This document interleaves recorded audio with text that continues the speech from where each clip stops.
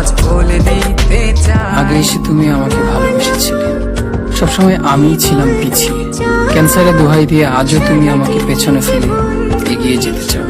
এবার না হয় আমি আগে যাই, সবসময় তুমিই অপেক্ষা করেছো, এবার না হয় আমিই অপেক্ষা করব তোমার জন্য ওপারে। এই কথাটাই ছিল শুধু বলার, ভালোবাসি আমিও তোমার সব কথা দিব।